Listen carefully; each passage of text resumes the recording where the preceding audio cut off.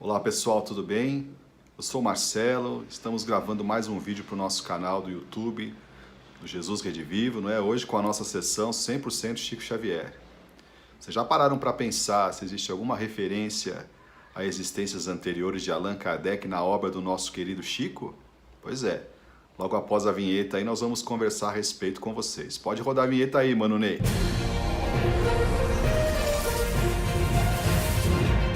Então, pessoal, a gente conversou a respeito no nosso último vídeo sobre as mensagens mediúnicas, através da mediunidade do nosso Chico, enviadas por Humberto de Campos, não é? E nós fizemos uma pesquisa em 15 obras do espírito Humberto de Campos, trazendo para vocês as encarnações, existências de algumas personalidades históricas, né? Você pode ver isso no nosso primeiro vídeo da sessão 100% Chico Xavier.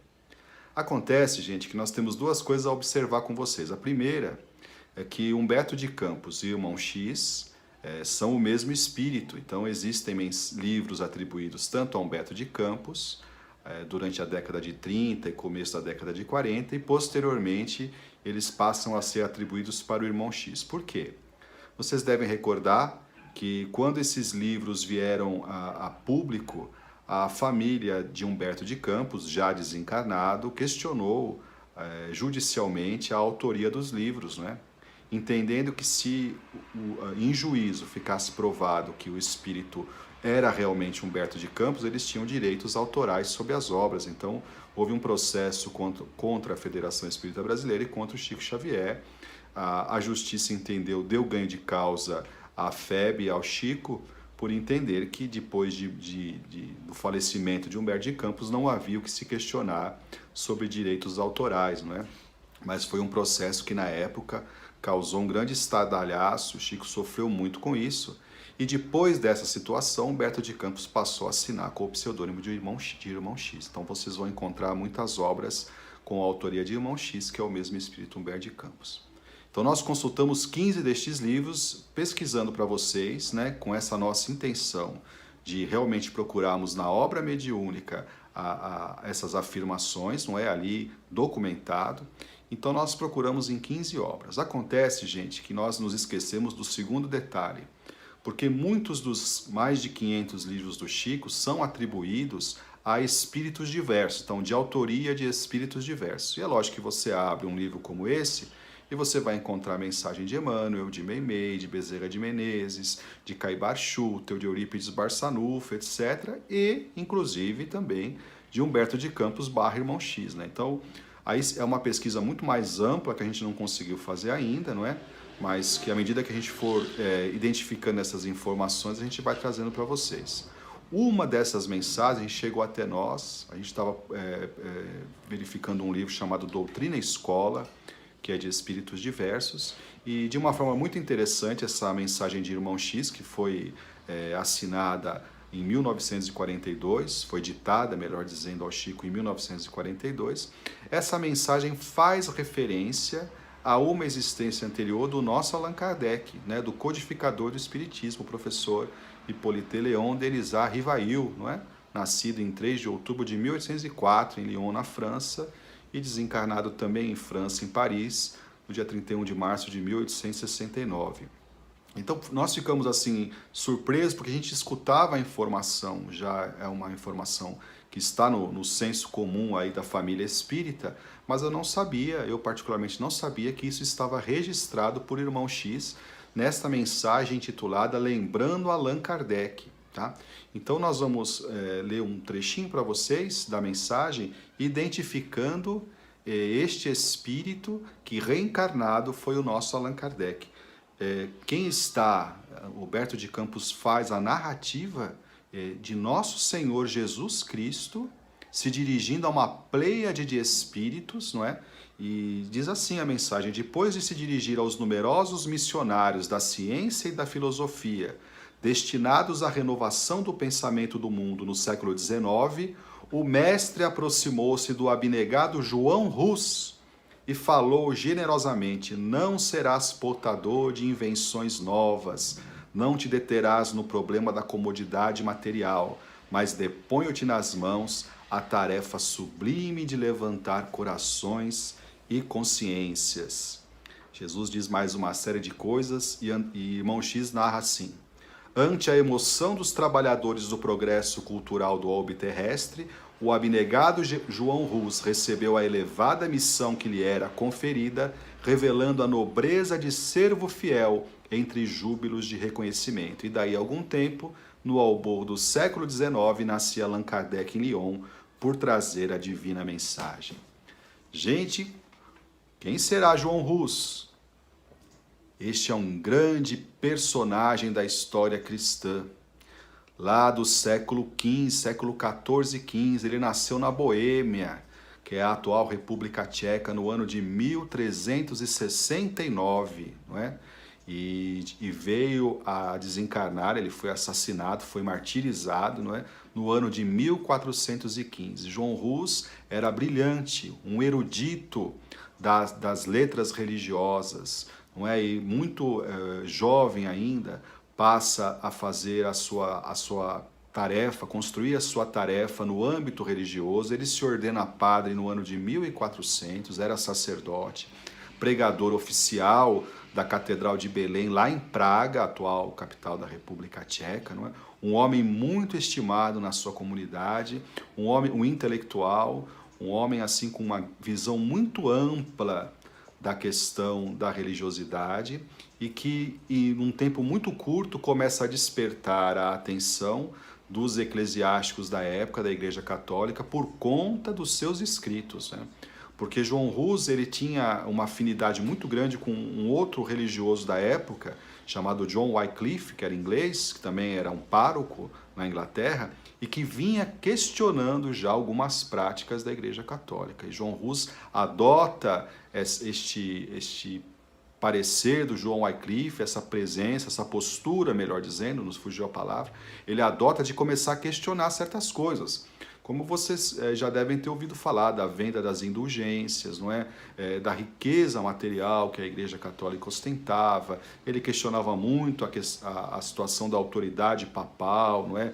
Ele entendia, João Hus entendia, que toda criatura tem o direito a buscar o Criador sem a necessidade de alguém que seja intermediário, e aí ele feria a situação da Igreja com relação ao sacerdócio.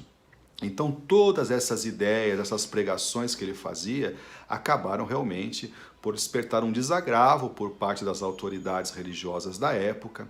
É uma época muito tumultuada, houve um cisma na igreja, existiam 3 pessoas que se intitulavam Papa, para vocês terem uma ideia, mas os inimigos de João Hus, nos bastidores, temerosos com a sua pregação, conseguem levá-lo a fazer um depoimento. Ele tinha até um salvo-conduto de um rei para tentar protegê-lo, mas não foi suficiente. Ele foi condenado por heresia e morreu queimado.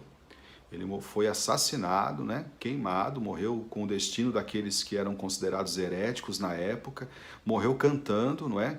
Cantava uma canção lá em louvor a Jesus, não é? Mas deu a vida por conta das suas ideias.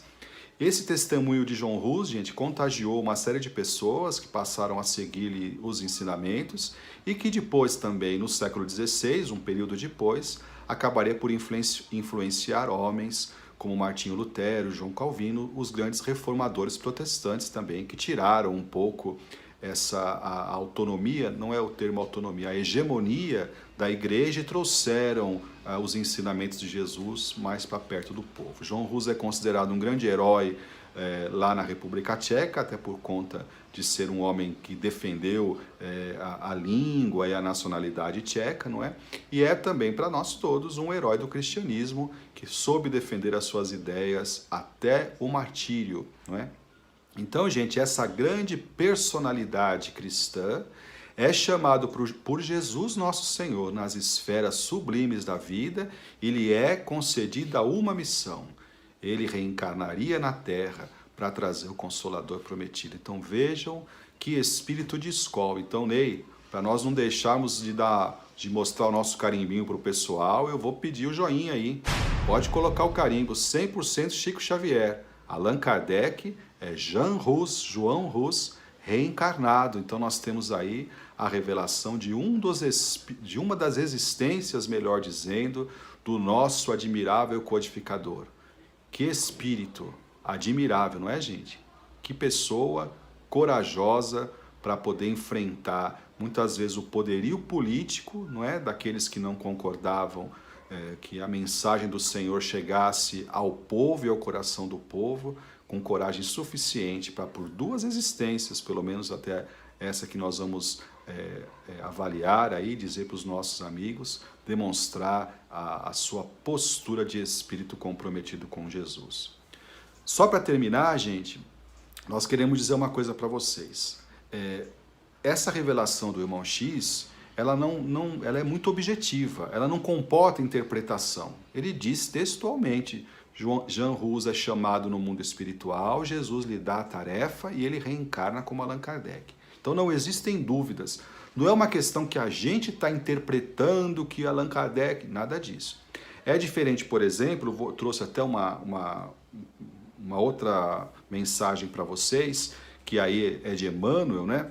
A respeito também de Allan Kardec, quando ele fala assim, olha, no livro Caminho da Luz, tá, gente? Ditado por Emmanuel, também pela mediunidade admirável de Chico Xavier. Quando ele vai falar a respeito de Allan Kardec, Emmanuel diz assim, um dos mais lúcidos discípulos do Cristo baixa ao planeta compenetrado de sua missão consoladora. Um dos mais lúcidos discípulos é uma informação que Emmanuel está fazendo o quê? Mantendo o anonimato. A gente pode interpretar, mas aí vai ser uma interpretação subjetiva. Eu, Marcelo, posso parar e pensar, poxa, um discípulo do Cristo mais lúcido, quem seria? Será que Simão Pedro era o mais lúcido? Será que João, filho de Zebedeu, era o mais lúcido? Será que quando Emmanuel fala de discípulo, ele não está se referindo à multidão, aos vários discípulos da época do Cristo? Existem referências aos 500 discípulos da Galiléia, vocês devem lembrar lá do Evangelho. Enfim, vocês percebem que passa a ser um entendimento subjetivo? Não é? Não está claro. No mesmo livro Caminho da Luz, Emmanuel vai falar de Francisco de Assis. Aí ele usa uma outra definição, que eu também marquei aqui para vocês. Ó. Ele vai falar assim, por isso, falando da Idade Média, da época tumultuada, um dos maiores apóstolos de Jesus desceu à carne com o nome de Francisco de Assis. Vocês percebem a nuance? Ele manteve também no anonimato, Emmanuel não revelou. Mas ele já dá um outro formato, aí já é um apóstolo. Aí apóstolos, vocês sabem que eram 12, ficaram 11 por conta da situação de Judas Iscariote. Né? Então aí, mesmo assim, existe uma interpretação que vai ser uma interpretação subjetiva. O que acontece? Muitos companheiros nossos do Espiritismo começam a cruzar informações. Vocês devem conhecer, por exemplo, uma obra chamada Francisco de Assis, que é uma obra psicografada por um médium de Minas Gerais chamado João Nunes Maia, ditado pelo espírito Miramês. Ali naquele livro existe uma informação objetiva. João Nunes Maia diz que Francisco de Assis é João o Evangelista reencarnado. Mas aí, se nós cruzarmos a informação e passarmos a recorrer também à tarefa mediúnica de um outro companheiro, por mais que nós respeitemos a este nosso companheiro, nós vamos estar saindo da nossa proposta, que é buscar na obra do Chico, que nós reconhecemos como uma obra que chega no momento histórico correto, trazendo e desdobrando toda a codificação de Allan Kardec, não é? Mesmo com todo o respeito que nós tenhamos por outros médiuns, nós vamos dar sempre o selinho de autenticidade, de confiança à obra do Chico. Então, se nós vamos nos manter nos limites da obra do Chico, a gente vai afirmar que nós sabemos que Francisco de Assis é um dos apóstolos de Jesus. Perguntaram para Chico Xavier, e o Chico, com uma postura moral elegante como a que tinha, ele diz assim, é lógico que nós, ao observarmos Francisco de Assis, a grandeza espiritual, e recordarmos João, o evangelista, o discípulo amado por Jesus, é lógico que pode ser sim o mesmo espírito, mas sempre com este cuidado e com esta elegância moral e espiritual. Então, hoje, nosso carimbo de 100% é para a reencarnação João Hus, Allan Kardec. Considerando essa informação objetiva da parte de irmão X através da mediunidade do Chico. Com todo respeito aos demais amigos, companheiros do nosso movimento, que fazem os seus desdobramentos, que certamente têm informações que nós respeitamos com todo o coração e entendemos que têm certamente intenções muito nobres, mas o nosso esforço vai ser sempre nesse sentido. O que tem lá na obra, a gente traz para os nossos amigos, como nós trouxemos hoje e esperamos trazer mais material posteriormente, tá bom, pessoal? Então curtam aí as nossas páginas nas redes sociais. Quem ainda não é inscrito no nosso canal, se inscreva, a gente fica muito feliz, não é? Acione o sininho lá, porque o nosso objetivo é de trazer esse tipo de informação. Se você se afinizou com isso, fique conosco, nós vamos trazer mais pesquisas a respeito da obra do Chico e não só nos atenda a essa questão das reencarnações, mas outras coisas que a gente achar curioso de trazer para vocês que estão lá anotadas através da mediunidade ímpar, sublime, do grande missionário de Jesus, Francisco Cândido Xavier. É lógico, se os nossos amigos também estão curiosos para saber das encarnações posteriores de Allan Kardec, com o tempo nós devemos trazer informações também para os nossos irmãos, com alguns testemunhos que a gente pretende colocar no nosso canal. Por hora, fica aí a nossa conversinha com vocês. O tempo está bom, não é?